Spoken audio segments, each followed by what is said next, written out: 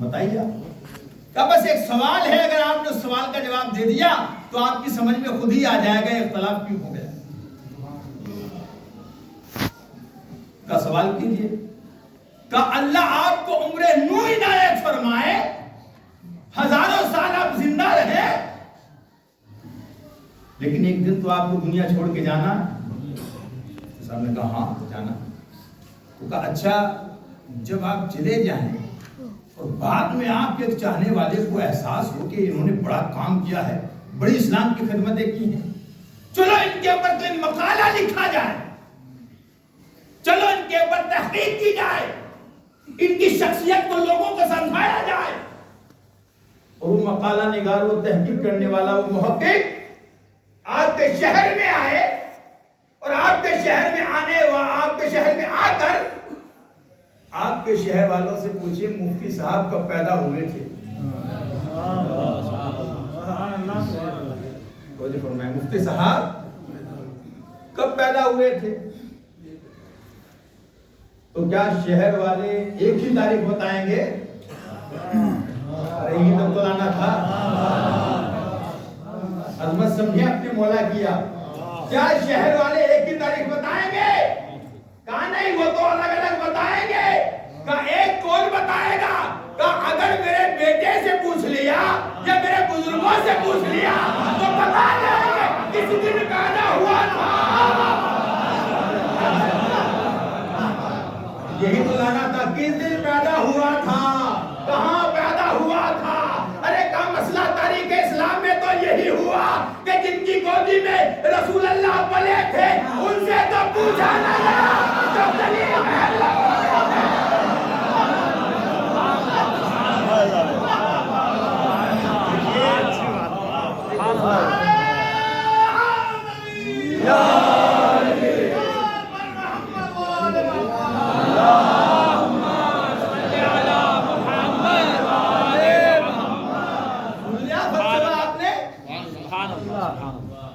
کیا ہوا تاریخ اسلام میں کہ جو گھر والے تھے جن کی گود میں آئے تھے ان سے تو نہیں پوچھا، اور گلی محلے والے مختلف لوگوں سے پوچھا۔ تو یہ سبب بنا ہر نبی کی تاریخ ولادت میں اختلاف۔ اب یہ صاحب شعور مجمع دیکھیں کہاں پہنچتا ہے۔ کیا سبب بنا؟ گھر والوں سے نہیں پوچھا، گلی محلے والوں سے پوچھا۔ گھر والوں سے پوچھتے تو بتا دیتے کہ کب ولادت ہوئی۔ اللہ نے کہا میں نے 1,24,000 نبی بھیجے، تمہیں عادت ہو گئی ہے گلی محلے والوں سے پوچھنے کی۔ کیا سنا آپ نے؟ میں نے 1,24,000 نبی بھیجے، تم کسی نبی کے گھر والوں سے نہیں پوچھتے کہ کھاتا کیسے تھا، پیتا کیسے تھا، اڑتا کیسے تھا، بیٹھتا کیسے تھا، سوتا کیسے تھا، جاگتا کیسے تھا، دن کیا تھا ولادت کا، تاریخ کیا تھی، رات تھا کہ دن تھا۔ اللہ نے کہا سنو، اب میں اپنے ولی کو بھیج رہا ہوں، اب اس کے گھر میں نہیں بھیجوں گا، اب اپنے گھر میں بھیجوں گا۔ چاہے گھر والوں سے پوچھنا، وہ بھی تیرا کرتے ہیں، چاہے ولی والوں۔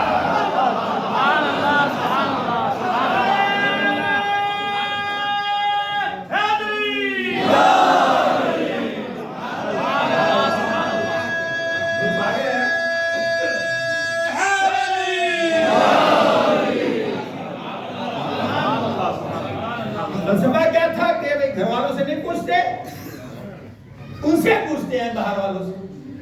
اللہ نے کہا تو ٹھیک ہو، ہم یہ بھی چیز تمہاری تمام کر دیتے ہیں، تم ان سے ہی پوچھ لینا۔ اب جو مہینے ہیں اسلام میں 12 مہینوں میں 4 مہینے ایسے ہیں کہ جن میں جہاد کرنا بھی غلط ہے، ابتدائی جہاد۔ قرآن نے ان میں جھگڑے اور فساد کو، جہاد کو حرام قرار۔ اگر یہ روایت ہوتی تو کہتے ہیں موسیٰ غلط پڑ گئے، قرآن میں ہے۔ کون کون سے مہینے ہیں وہ؟ الٹا شروع کرتا ہوں. محرم، ذی الحج، ذی قعدہ، اور چوتھا پتہ ہے کون سا ہے؟ رجب. چوتھا کون سا ہے؟ رجب. اس میں ابتدائی طور پہ جہاد کرنا بھی حرام ہے، حق کے دفاع ہے. کربلا ابتدائی جہاد نہیں ہے، دفاعی جہاد ہے. کیونکہ ابتدائی جہاد میں لشکر ہوتا ہے، اس کی شرطیں ہوتی ہیں. دفاعی جہاد میں کوئی شرط نہیں ہوتی. اس میں حبیب ابن مظاہر بھی ہوتا ہے، اس میں علی اصغر بھی ہوتا ہے. تو یہ حرمت والا مہینہ رجب. اور مکان کون سا ہے، شہر کون سا ہے جی؟ من دخلہ کان آمنا. جو اس شہر میں داخل ہو جائے وہ امن میں آ گیا.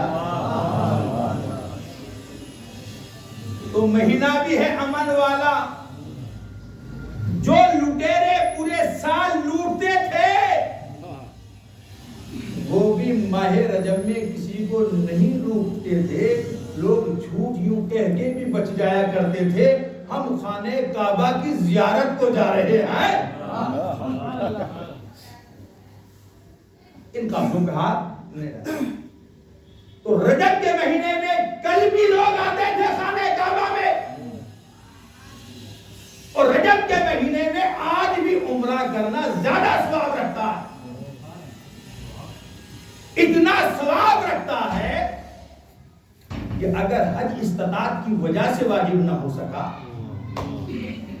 4 لاکھ لگتے ہیں، 5 لاکھ گھر والوں کا خرچہ الگ، تو کہا تم عمرہ ہی کر آؤ ماہ رجب میں، تاکہ حج کا ثواب تمہیں اللہ دے دے. ارے پروردگار یہ کیوں رکھا؟ کہا تاکہ میں ان میں فرق کر سکوں، ان میں غریب کون ہے، کنجوس کون ہے. بات سمجھ میں آ گئی ہو؟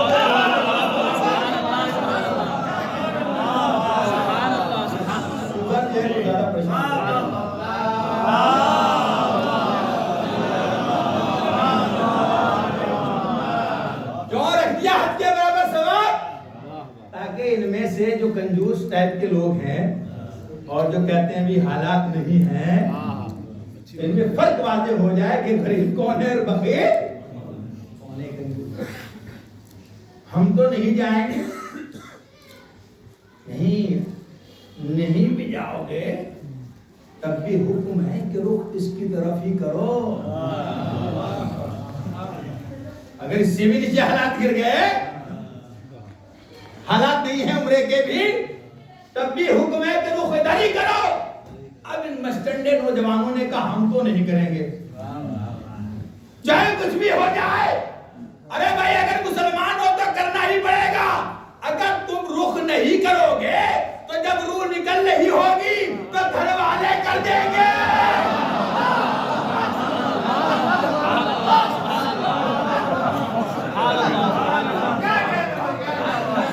ایسے نہیں کرو گے، حکم کرو، اور نہیں کرو گے تو کون کریں گے پھر؟ گھر والے کریں گے.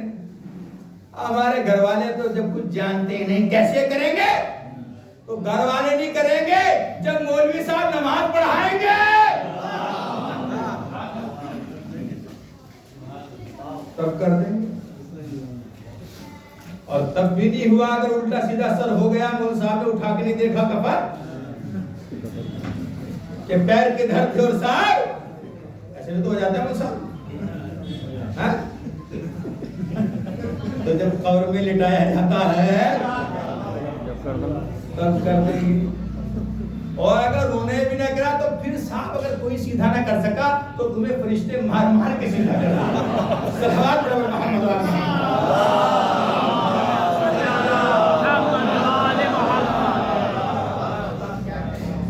لیکن کل جو ہے وہ ضرور دیں گے. روح جو ہے وہ ادھر ضرور ہو جائے گا. ایک اور صلوات پڑھو.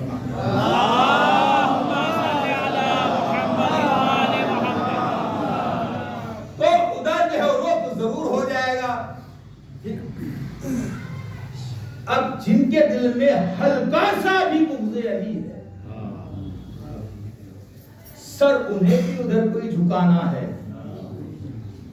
ادھر ہی جھکانا ہے، ادھر ہی کرنا ہے، ٹھیک ہے؟ بے حرمتی تو بالکل حرام ہے، رفع حاجت کرتے وقت نہ منہ ادھر کو کرو گے، سجدہ کرتے ہوئے کرو گے سر ادھر کو، لیکن رفع حاجت کرتے بے حرمتی نہیں، کچھ کرو گے اور نہ چہرہ کرو گے، یعنی چہرہ بھی کرنا ہے تو پاکیزگی کی حالت میں کرنا ہے۔ اتنی عظمت ہے اس گھر کی، جس کے اندر کون پیدا ہوئے؟ حضرت، اتنی عظمت ہے اس گھر کی، اس میں علی پیدا ہوئے۔ اب یہاں ایک شوشہ نکال کے لاتے ہیں، علی کیا ہوا جب تو بت رکھے ہوئے تھے؟ اب جواب سنیے، مفتی جعفر صاحب نے جو دیا، علی کیا ہوا بت رکھے ہوئے تھے؟ بت تو جب بھی رکھے ہوئے تھے جب رسول اللہ ادھر کو منہ کر کے نماز پڑھ رہے تھے، بت تو تب بھی رکھے ہوئے تھے جب رسول اللہ نے ادھر رک کر کے نماز پڑھی، اس لیے کہ قبلہ کہاں بدلا؟ مکے میں کہ مدینے میں؟ مدینے میں۔ اچھا مدینے میں بھی کب بدلا؟ جاتے بدل گیا؟ نہیں سرکار 2 سال تک ادھر ہی کرتے رہے رک کر کے نماز۔ مفتی جعفر صاحب نے کہا کہ جب بتوں کے رکھے ہونے سے محمد کی عبادت پہ کوئی فرق نہیں پڑتا۔ کیا سنا آپ نے؟ جب محمد کی عبادت پہ کوئی فرق نہیں پڑتا تو علی کی ولادت کا فرق کیا پڑے گا؟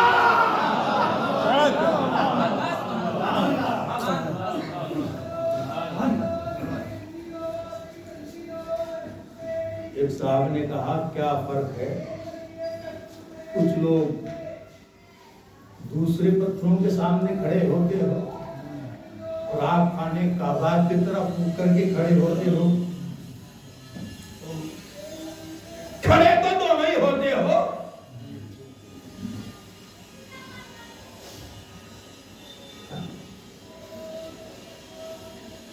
ہمارے مفکر اسلام نے بہت خوبصورت جواب دیا، ابھی ہر آدمی نہیں سمجھ سکتا یہ جواب، میں نے کہا یہ بزرگ شاید سمجھ جائے، بہت بڑی۔ دونوں کھڑے ہوتے ہو، کہاں دونوں کھڑے ہوتے ہیں، مگر دونوں کے کھڑے میں ہونے فرق ہے، تم خدا سمجھ کے کھڑے ہوتے ہو۔ میری بات نہیں سمجھی؟ تم خدا سمجھ کے کھڑے ہوتے ہو، ہم حکم خدا سمجھ کے کھڑے ہوتے ہیں۔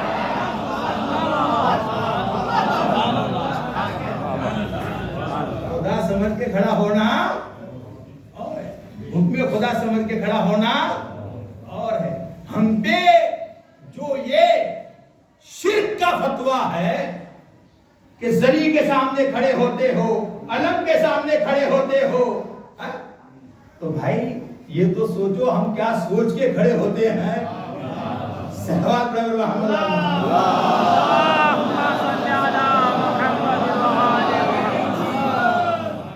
کتنے بجے ہو گیا نا؟ 1 بجے آدھا گھنٹہ ہے۔ صلوات پڑھو محمد۔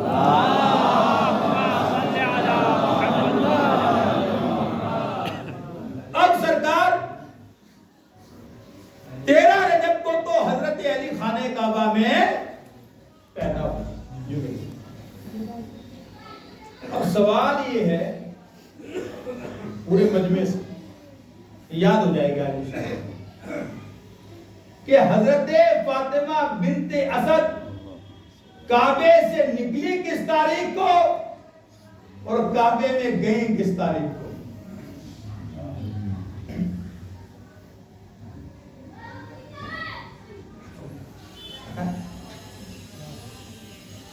تیرہ کو پیدا ہوئے تو 16 کو نکلی، یا 11 میں گئے 13 کو پیدا ہوئے 13 کو نکلی؟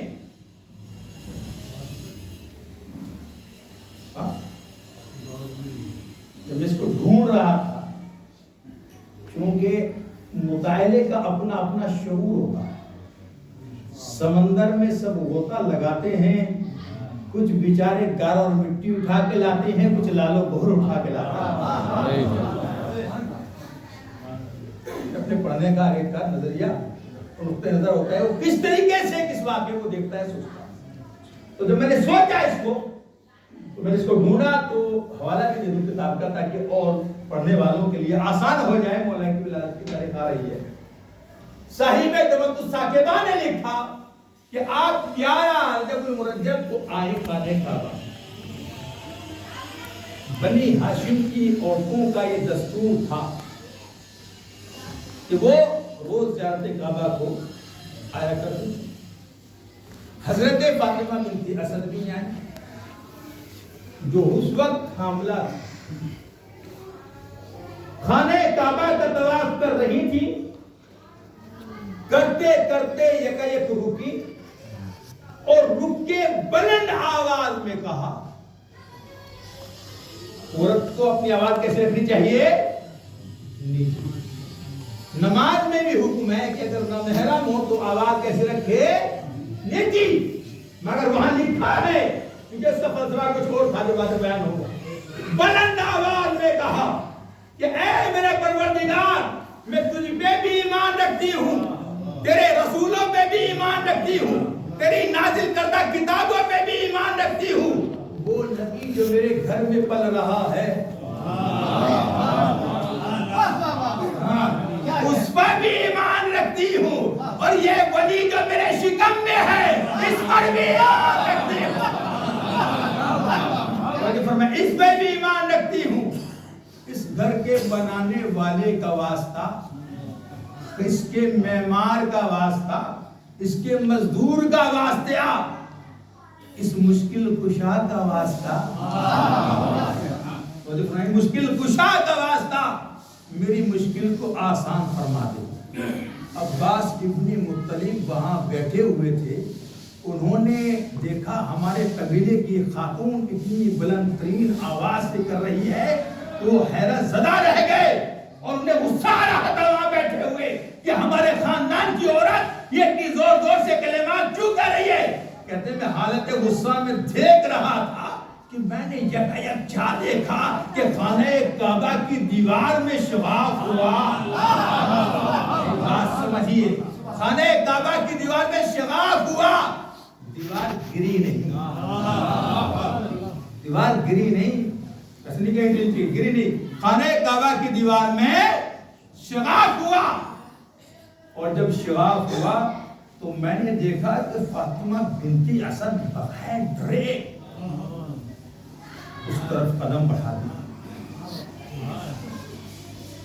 خارج عادت بات تھی، ڈر تو لگنا چاہیے تھا، ڈر تو لگنا چاہیے تھا مگر نہیں ڈری۔ کیا؟ جب جابر بن عبداللہ انصاری کی پوری روایت ہے، اس میں رسول اللہ سے پوچھا کیوں نہیں ڈری؟ تو کہا موسیٰ کی ماں سمندر میں ڈالتے ہوئے کیوں نہیں ڈری؟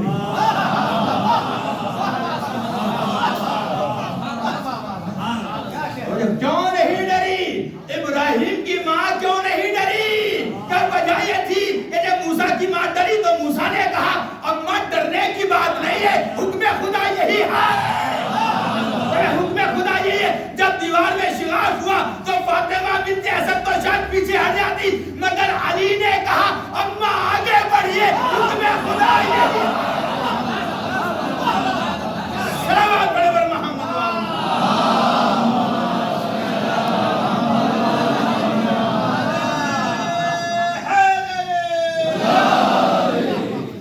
شاعر کی زبان سن لیجیے۔ شاعر نے کہا ایسے تو وقت کوئی گھر سے نکلتا بھی نہیں۔ دیکھا ہے آپ نے کتنی حفاظت ہوتی ہے خواتین کی۔ ایسے تو وقت کوئی گھر سے نکلتا بھی نہیں، فاطمہ بنت اسد کیسے گوارا ہوگا؟ فاطمہ بنت اسد کیسے گوارا ہوگا؟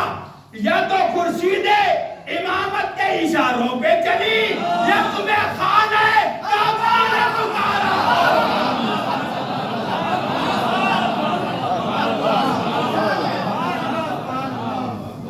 یہ تو امامت کے اشارے مل رہے تھے کہ جیسے حضرت موسیٰ، حضرت ابراہیم، حضرت عیسیٰ کی ماں کو کر رہے تھے، ان اشاروں پہ آپ چلی، جب رویش انبیاء کے اوپر پیدا ہوئے تو ان اشاروں پہ چلی۔ یا تمہیں خانہ کعبہ نے اتارا؟ اچھا صاحب دروازہ بھی بنا، عباس بن مطلب کہتے ہیں دروازہ بھی بنا تو بالکل فاطمہ بنت اسد کے قد و قامت کے مطابق۔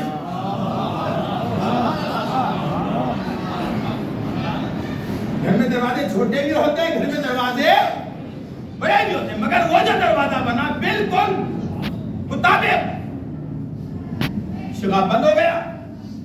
جو میرے ساتھ بیٹھے ہوئے ٹھٹا مذاق کر رہے تھے، میں نے ان سے کہا جو میری آنکھوں نے دیکھا کیا تم نے بھی وہی دیکھا؟ کہا ہم نے بھی وہی دیکھا۔ دوڑے ہوئے ایک عورت کی حالت کی وجہ سے دوڑے ہوئے گئے۔ اس کے بعد جس کے پاس خانہ کعبہ کی چابی تھی اتالا چابی دے دو۔ کیا ہوا؟ ایسا ایسا حادثہ واقعہ ہو گیا، جلدی سے نکالے، حالت حمل میں ہے، اللہ جانے کیا حالات ہوں گے۔ چابی لے کے گئے، تالا کھالنے کی کوشش کی مگر قفل تو کھلا ہی نہیں، تالا تو کھلا ہی نہیں۔ ایک آدمی دوڑا گیا، ابو طالب کو بلا کے لایا، تمہاری بیوی کے ساتھ میں ایسا حادثہ ہوا ہے، تالا کھول رہے ہیں، کھل نہیں رہا، ہم نے تو بڑی کوشش کر لی۔ ابو طالب بڑے مطمئن تھے، بڑے مطمئن تھے۔ باس کی حیرت سے دیکھا، تمہیں کچھ نہیں ہو رہا ہے؟ مطمئن ہو؟ مطمئن ہوں۔ تالا بھی نہیں کھل رہا ہے تب بھی مطمئن ہو؟ ہاں بالکل مطمئن ہوں۔ کہا مطمئن؟ تمہارے اطمینان کا سبب کیا ہے؟ کہا کہ اگر تالا کھلنا ہوتا تو نئے دروازے سے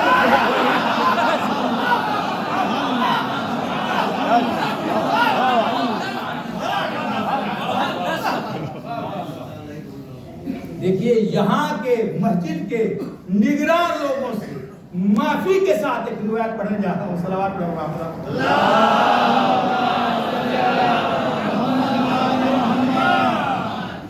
یہاں مسجد کی بات نہیں کر رہا ہوں، یہاں کی امام بارے کی بات نہیں کر رہا ہوں، ایک اجتماعی ایک قانونی بات کر رہا ہوں۔ تو جس کے پاس چابی تھی اس سے چابی لائے گی، تالا نہیں کھلا۔ یہ جو چابی والا مسئلہ ہے یہ بڑا ٹیڑھا ہے۔ ہمارے ہاں تو یہ قیامت بنا ہوا ہے، چابی بڑا ٹیڑھا مسئلہ ہے۔ اور یہ صاحب اتنا ٹیڑھا مسئلہ ہے کہ یہ جھگڑا قرآن میں بھی آ گیا۔ دکھاؤں قرآن میں چابی کا جھگڑا؟ صلوات پڑھو محمد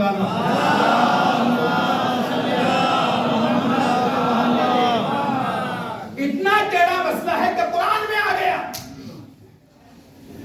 حضرت عباس، یہی حضرت عباس اور طلحہ ابن شیبہ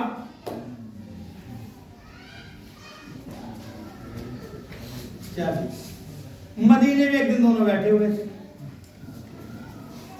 اور حضرت عباس نے کہا کہ میں افضل ہوں، طلحہ ابن شیبہ نے کہا کہ میں افضل ہوں۔ تو حضرت عباس سے پوچھا بھئی آپ افضل کیوں ہیں؟ کہا اس لیے کہ میں حاجیوں کو پانی پلاتا ہوں۔ کیا کرتا ہوں؟ حاجیوں کو پانی۔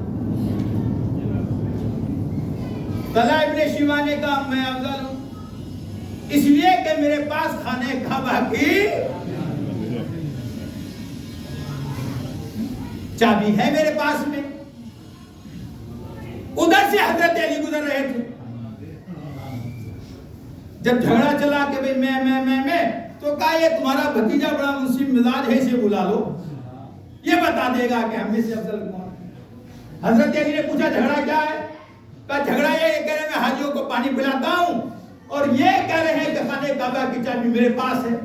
حضرت علی نے کہا تم دونوں سے تو میں افضل ہوں۔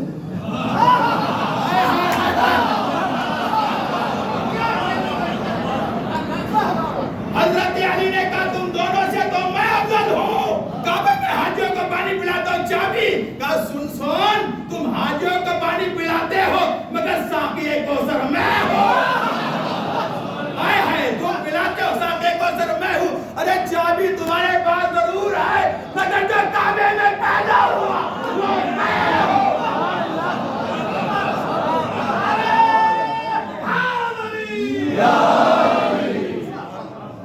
میں ہوں جو پانی پلاتا تم دونوں مجھ سے افضل کیسے ہو جاؤ؟ چابی ہونا خانہ کعبہ کی کوئی فضیلت کی بات نہیں ہے۔ حضرت علی کتنے بڑے سخی، اتنے بڑے سخی کہ مالیہ کے دربار میں میرے شام کے ایک شخص آیا، میرے شام نے کہا کہاں سے آئے ہو؟ کہا جاہل بزدل کنجوس کے پاس سے آیا ہوں۔ تو کہا بھائی یہ کون ہے جس کی تم اتنی تعریف کر رہے ہو، کون ہے؟ وہ کہا علی کے پاس سے آیا۔ تو میرے شام نے کہا کہ بھائی جتنی اچھائی تم کر رہے ہو علی کی اتنی تو ہم نے بھی نہیں کی، اور برائی بھی کرو تو ایسی کرو جو لگتی ہو کہ تم نے کیا کہا جاہل کنجوس بزدل، ایسی کرو جو لگتی ہوئی سی برائی ہو جیسے ہم نے کیا ہے۔ نبی نے شہر علم بتایا تو ہم نے کنڈی ہی بتا دیا، دیواریں ہی بتا دیا، چھت ہی بتا دیا۔ ارے کچھ لگتی سی تو کہو، جاہل نہ کہنا، اس لیے کہ امت سب جانتی ہے کہ نبی نے فرمایا ہے انا مدینۃ العلم وعلی بابھا۔ بزدل نہ کہنا اس لیے کہ اس دنیا نے علی کی جنگیں مار کے دیکھیے۔ کنجوس نہ کہنا، بتاؤ تمہارے پاس ایک بھوسے کا کمرہ ہو، حجرہ ہو، اور ایک میں سونا چاندی بھرا ہوا ہو، اختیار تمہارے ہاتھ میں ہو تو اللہ کے راہ میں کیا دو گے؟ تو سوچ کے آپ بھوسا ہی دوں گا۔ بہت سے لوگ اللہ کے راہ میں بھوسا ہی دیتے ہیں۔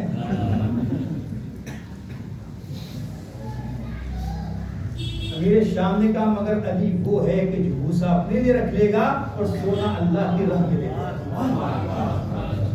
سنانے کا اب سنیے جو روایت پڑھنے جا رہا ہوں معافی کے ساتھ، یہاں کے جو منتظمین ہیں، حضرت علی جیسا آدمی سخی فرماتا ہے کہ اگر میرے پاس دو دریا ہوں،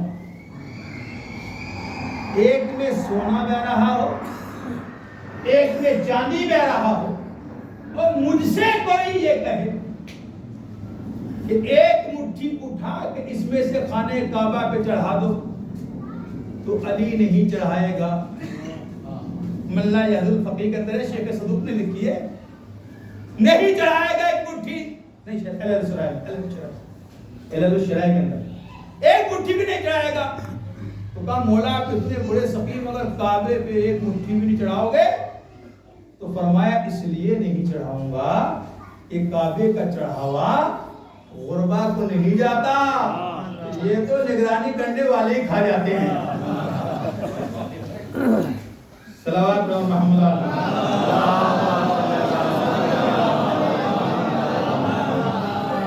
ابھی اس کو اور آگے وہی لفظ استعمال کروں گا جو اس میں کیے ہیں، جس میں اور چلیے امام محمد باقر علیہ السلام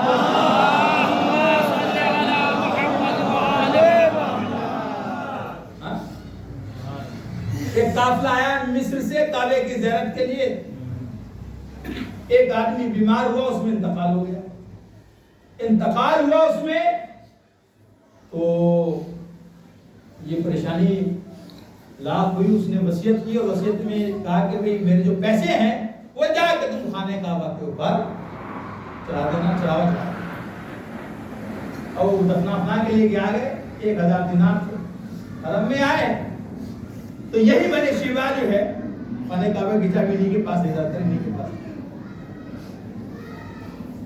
یہ نگہبان تھے، کسی نے پوچھا کون ہے؟ کہا وہ ہے، ان کے پاس گئے، ہاں بھائی میرے پاس میں 1000 دینار ہیں۔ انہوں نے چھوٹے کہا ہمیں دے دو۔ تو کہا تم کیا کرو گے؟ کہا یہ ہم جانے ہم کیا کریں گے۔ ارے بھائی مجھے بتاؤ کہاں لگاؤ گے؟ صفا مروہ میں لگاؤ گے، حرم میں لگاؤ گے، خرچہ کہاں ہے؟ کہا یہ ہم جانے۔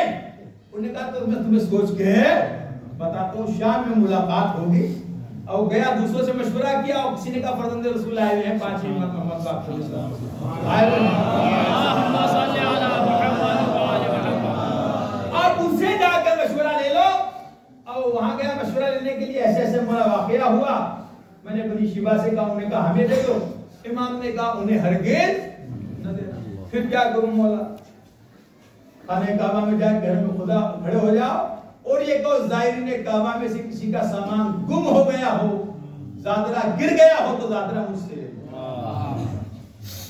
کھانے کے پیسے کم پڑ گئے ہوں تو مجھ سے لے لو، سفر کے لیے کوئی تحفہ واپس لے جانا ہو تو مجھ سے لے لے، انہیں ہرگز نہ دینا۔ اب جب اس نے اعلان شروع کیا تو وہ آ گئے، بھئی تمہیں کہا تھا ہمیں پیسے دے دو، تم کیا حرکت کر رہے ہو؟ تو کہا مجھے تو فرزند رسول نے بتایا، کہا وہ تو جاہل ہیں، انہیں تو فتویٰ دینا نہیں آتا، وہ تو ایسے ہیں ویسے ہیں، اور تمہیں خانہ کعبہ کی قسم ان تک ہماری یہ باتیں ضرور پہنچا دینا۔ اب سنیے امام نے کیا کہا، گیا واپس، مولا ایسے ایسے حادثہ ہوا، ایسے واقعہ ہوا، مجھ سے کہا کہ اب تم یہاں پیسے نہیں لگاؤ گے، کوئی اعلان نہیں کرو، جاؤ واپس۔ امام نے کہا کہ انہیں یہ بات پہنچا دینا کہ جس دن کعبے پہ ہماری حکومت آئے گی، بات سمجھے آپ، جس دن ہماری حکومت آئے گی سارے چوروں کے ہاتھ کاٹ دیے جائیں گے،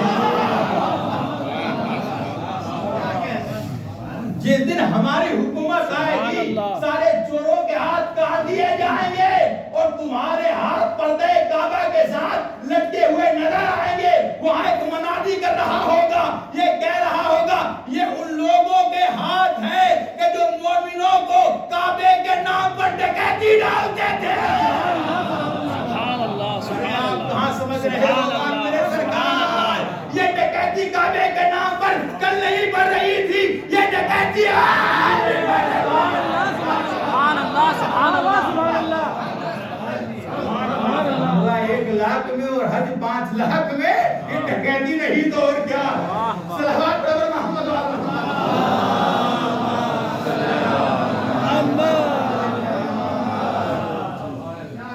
ایک اور صلوات پڑھو محمد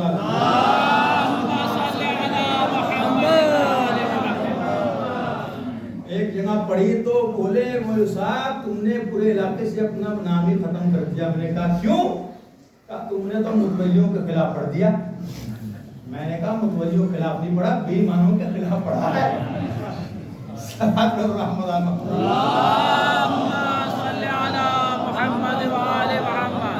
اب اس میں پوری مسلسل اور بہت ساری روایت ہے، میں چھوڑ دیتا ہوں۔ تو آ گئی آپ خانہ کعبہ کے اندر، جو محترم گھر ہیں، مقدس گھر ہیں، فی الحال ندیوں کے قبضے میں ہیں۔ جب آ گئی تو باہر کا حال تو پوری بستی بستی گلی گلی چرچا ہو گیا۔ رجب کا مہینہ تھا، لوگ آ رہے تھے زیارت کعبے کے لیے، بھیڑ اکٹھی ہو گئی۔ اب کچھ کہہ رہے تھے جو سچ ہے، جو جانتے تھے کہ گئی ہیں اندر بند ہوئی، جو باہر کیا ہے تیرے بولے جھوٹ ہے، پتہ نہیں ایسا ہوا ہوگا یا نہیں ہوا، یہ تو صرف اپنا تقدس ظاہر کرنے کے لیے اس طریقے کی باتیں کر رہے ہیں۔ اختلاف کا سبب بن گیا لوگوں کو، لیکن 3 دن تک مجمع خوب اکٹھا کعبے کے اندر۔ اب اندر کا حال حضرت فاطمہ بنت اسد نے بیان فرمایا کہ جب میں گئی تو جا کے میں کعبے کے کسی کونے میں نہیں گئی، این جوفِ کعبہ میں بیٹھی، کونے میں وہ بیٹھتا ہے جسے ڈر لگتا ہے، این جوفِ کعبہ میں بیٹھا، اور بیٹھ کے میں سوچنے لگی کہ اے میرے پروردگار یہاں بلا لیا، تنہا رہوں گی، یہ دل میں خیال آیا ہی تھا کہ یکایک میں نے 4 خواتین کو دیکھا۔ میں نے کہا تم کون ہو؟ ایک نے کہا میں مادر آدمیت حوا ہوں، ایک نے کہا میں مریم، تیسری نے کہا میں آسیہ ہوں، چوتھی نے کہا میں خواہر موسیٰ کلثوم۔ کہا تم کیسے آ گئی؟ کہا جیسے تم آ گئی۔ ارے آہستہ پڑھنے کا مطلب یہ تھوڑی ہے، جیسے تم آ گئی ویسے ہی اب آ گئی۔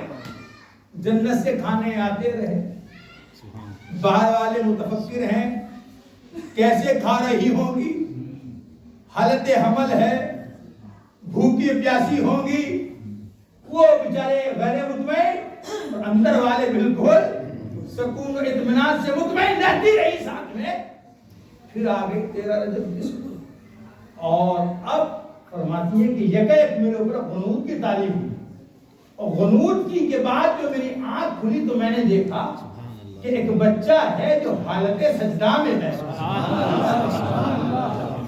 ایک بچہ ہے کہ جو حالت سجدہ میں ہے اور کہہ رہا ہے اشہد ان لا الہ الا اللہ اشہد ان محمد رسول اللہ.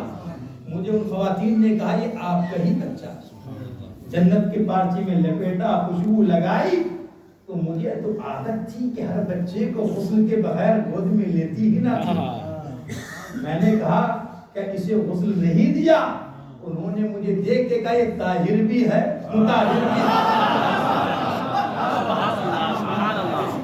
طاہر بھی ہے یہ مطہر بھی ہے. یہ غسل شدہ پیدا ہوا ہے انہیں غسل دینے کی ضرورت نہیں. پھر میری آنکھوں سے محبت میں دے دیا. میں نے اپنے سینے مبارک سے لگایا اور پھر پوچھا کہ اب مجھے کیا کرنا ہے, اب میرے لیے حکم الہی کیا ہے. تو آواز آئی جب تمہیں محمد کی خوشبو آ جائے.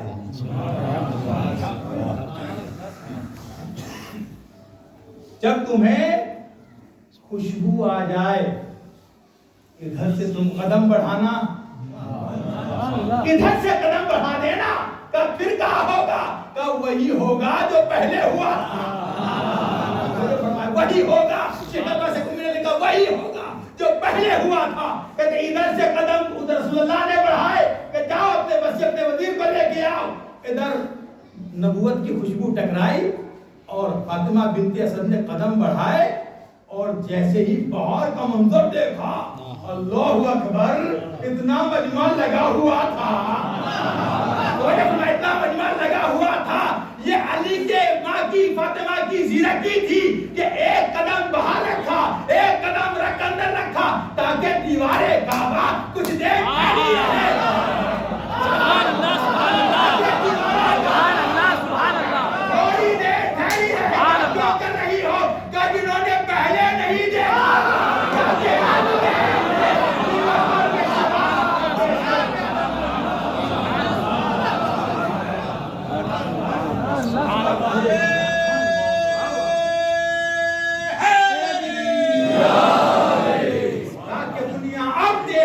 دیوار کے اندر شغاب آگے ہی باہر خطبہ ہے وہ پورا پھر انشاءاللہ کے لیے آگوش مبارک ملے رسول اللہ نے. اور جو طریقہ ہے نبوت امامت کا اپنی زبان دہنے مبارک میں دیے دی. علی نے چوسنا شروع کیا شراب. یہی کام جو علی کے ساتھ کیا وہی کام امام حسن کے ساتھ وہی کام امام حسین کے ساتھ. تو اپنا لوا میں دہن رسالت مارک چاہتے تھے جس سے سیراب ہو جاتی. ابھی ہمارے بھائی نے مرثیہ پڑھا امام علی مقام کا بڑا خوبصورت رقت آمیز مرثیہ. خود امام علی مقام نے کہا ہے کہ کوئی مومن ایسا ہے ہی نہیں جسے میری یاد آئے اور اس کی آنکھوں میں اشک نہ آ جائے. یہ حدیث میں قتل حسین نے مومنوں کے دل میں آگ لگا آگ لگا دیا. آگ لگ گئی ہے. اتنا آدمی اپنے باپ کو بھی نہیں روتا. 10 سال پہلے ابا مر گئے آگے کبھی آپ رو لیں لیکن کتنی مرتبہ روئے مجھے سے حسین بار بار روتے ہو نا. ناصر خشک ہو رہے ہیں نہ ہم تھک رہے ہیں. جب جب پڑھا جاتا ہے ایسا لگتا ہے کہ ابھی کربلا کا منظر سامنے. آخر اتنی گریا کیوں ہے امام حسین کی اتنی تاثیر کیوں؟ نبیوں نے یہ تو کہا ہمیں ستایا گیا. لیکن مسائل بھی شعور کے ساتھ سنیجیے. اگر ایک جملہ بھی اتر گیا دل میں تو بس میں شہادت نہیں پڑھوں گا بغیر شہادت کی مسائل ہو جائے. نبیوں نے یہ تو کہا کہ ہمیں ستایا گیا. اللہ کے رسول نے کہا اتنا ستایا گیا کہ اتنا کسی نبی کو نہیں ستایا. حضرت علی نے کہا مجھے ستایا گیا. اس طرح ستایا گیا کہ علی ایسا محسوس کرتا ہے جیسے حلق کے اندر ہڈی ہو یا آنکھ کے اندر تنکا ہو. اتنا ستایا گیا کہ حضرت زہرا نے کہا علی میں نے سنا لوگ سلام نہیں کرتے. علی نے رو کے کہا آپ نے سنا ہے سلام نہیں کرتے؟ سلام کرتا ہوں تو لوگ جواب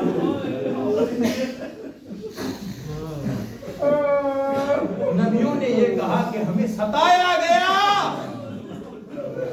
مگر پتا ہے حسین نے کیا کہا؟ حسین نے کہا میرے نانا مجھے رلایا گیا۔ اب سن لیجیے بس حسین کی ایک دو روایت اور میں پپا ہو جائے گی۔ حسین نے تنہا کہا مجھے رلایا گیا نا قتیل الابرا، مجھے رلا کے قتل کیا گیا۔ جب یہ دوستوں کے لاشیں اٹھا کبھی بھائی کے برابر کا لاشا اٹھا کے بھائی کے کمر ٹوٹ گئی۔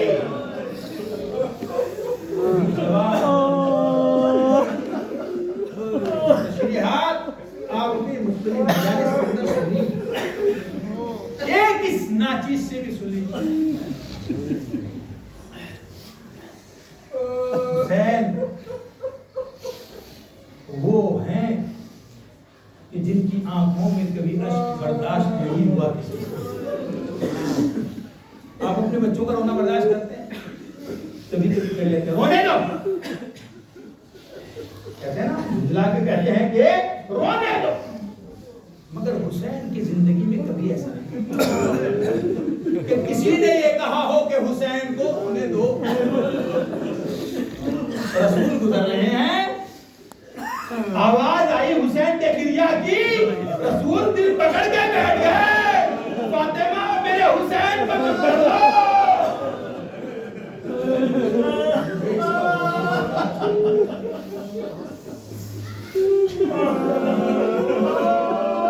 فاطمہ کبھی سو رہی ہوں، حسین کبھی گہوارے میں ہوں، اور حسین کی آنکھ کھلی اور ماں کو دیکھا ہے، ادھر ادھر ماں نہیں ہے۔ جیسے ہی ذرا سے پل بھیگنے کی بات آئی، فوراً حکم ہوا جبرائیل چلے جا۔ حسین کا گہوارہ جھلاؤ، حسین کی آنکھوں میں جبرائیل لوری سنانے کے لیے آ جایا کرتے تھے۔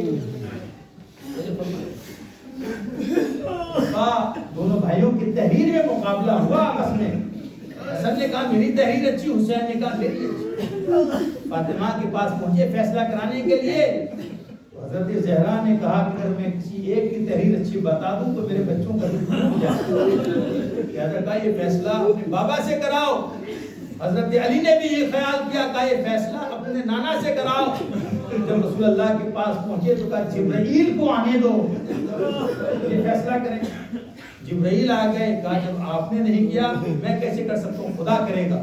خدا نے کہا فاطمہ کرے گی، کہا پروردگار کیسے کرے؟ تو کہا کہو اپنے گلو بند کو توڑ دے۔ اس میں 7 موتی تھے، زہرا نے اسے توڑا، صحن خانہ میں بکھیر دیا اور کہا تم میں سے جو 4 اٹھا لے گا اس کی تحریر بہتر ہے۔ کہتے 3 حسن نے اٹھائے، 3 حسین نے، 1 بچا۔ دونوں بچے دوڑے تو حکم ہوا جبرائیل کو اسے توڑ کے 2 کر دے۔ سمجھ میں آ گئے مسائل کہاں لے جانا چاہوں؟ انہیں توڑ کے 2 کر دے۔ نہ مجھے حسن کا رونا پسند ہے، نہ مجھے حسین کا رونا پسند ہے، بس آخری مرحلہ سن لو۔ سنت نے بھی لکھا کہ کتنا پیار خدا کو رونا پسند نہ تھا حسین کا۔ کہتے ہیں ایک دن امام حسین ایک ہرنی کا بچہ لے کے گھر کے اندر آئے، اور حسین نے آتے ہی پوچھا امام حسن سے بھائی یہ ہرن کا بچہ کہاں سے آیا، کس نے دیا؟ تو کہا کہ مجھے میرے نانا نے۔ حسین فوراً اٹھے اور فوراً اٹھ کے محراب میں آئے جہاں رسول اللہ بیٹھے ہوئے تھے، اور بس آ کے ایک بات کہی کہ آپ نے حسن کو ہرنی کا بچہ دے دیا اور اپنے حسین کو آپ بھول گئے۔ یہ کہا اور یہ کہا نانا مجھے ہرنی کا بچہ چاہیے۔ رسول اللہ نے کہا بیٹا شکاری ایک ہی لایا تھا، بس رو کے کہا کہ مجھے تو چاہیے۔ ابھی پلک پہ آنسو آئے تھے، گرنے والے تھے کہ یک سارے صحابہ نے منظر دیکھا کہ ہرنی بچے سمیت مہینے پیغمبر میں آ گئے اور بچہ آ کے حسین کے برابر میں کھڑا ہو گیا۔ ارے حسین خود بھی بچے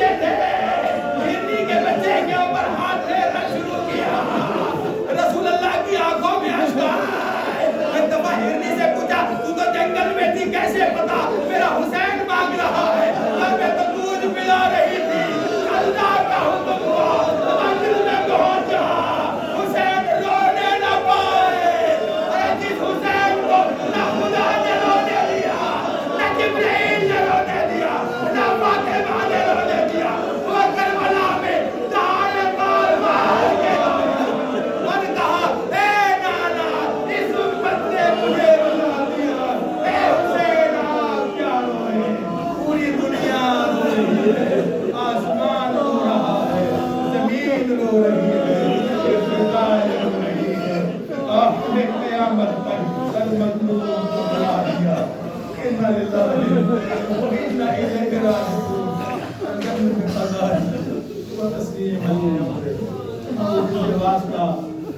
والے محمد کا شہداء کربلا اسلام کا ہمارے ناصروں کو تمہارے جناب سلام اللہ علیہ مقام میں جگہ جو مومنین تیری بارگاہ میں اپنے ہاتھوں کو بلند کیے معبود ان کے اوپر اپنی رحمت کی برکتیں نازل معبود جہاں بھی دنیا میں شیعہ حضرت قرار گم ہیں پریشان ہیں ان تمام کی پریشانی سے نجات عنایت فرما قوم ملت کے جو کھڑے ہیں اختلاف ہیں معبود ان تمام کے اتحاد میں اپنے توفیقات سے بدل دے ہمارے بچے اور بچیاں جو دینی اور دینی تعلیم میں مشغول ہیں معبود انہیں کامیابی اور کامرانی عنایت فرما جو کاروبار سے پریشان حال ہیں معبود انہیں کاروبار عنایت فرما جن کے کاروبار چلے ہیں معبود خیر و برکت عنایت فرما معبود تمام مکاتب مساجد اور امام بارگاہوں کو آباد و شاد فرما تمام ان کے خدام جتنے بھی ہم پر اپنی رحمتیں اور برکتیں نازل فرما اور خدمت اسلام کا ہمت اور حوصلہ عنایت فرما معبود